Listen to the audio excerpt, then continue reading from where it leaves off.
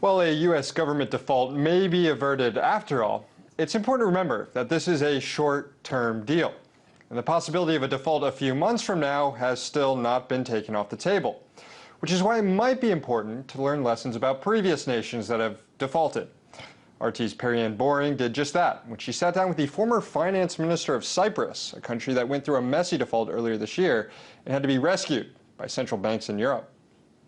The U.S. has been on the brink of a crisis the entire month of October. And given your experience of governing during a crisis, how do we solve this? Reasonable people can have differences about the role of government. Is it too big, too small? Should it be borrowing too much?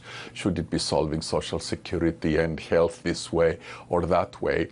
But the way to solve these problems is not on a cliffhanger, on a crisis, and on a kind of giving the impression that you're blackmailing. Do you think that the U.S. has lived beyond its means? Well, I think the U.S. has been fortunate in the sense that it's like a bank. It prints the money that other people accept.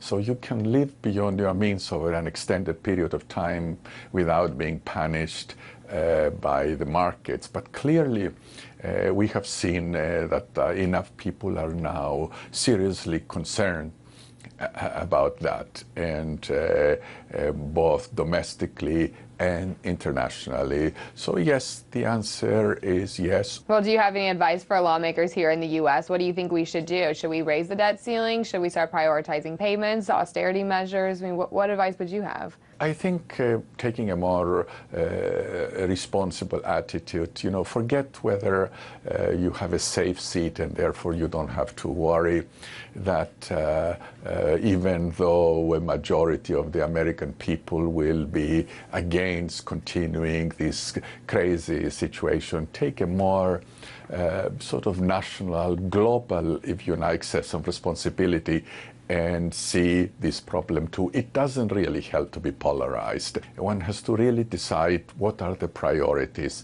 and you cannot pay for everything. That really is very true. You know that about yourself, myself, our families, the companies we work with, the countries we have served. You cannot do that over an extended period of time. You really have to make choices. Some of them are not pleasant. You cannot please all the people all of the time.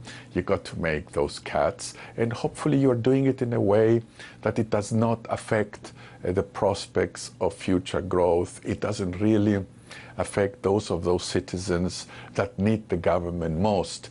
There are many who get benefits who don't really need them, and there are those who need them who don't really get them. So some kind of redistribution also would be helpful to have also sustainable social fabric going forward.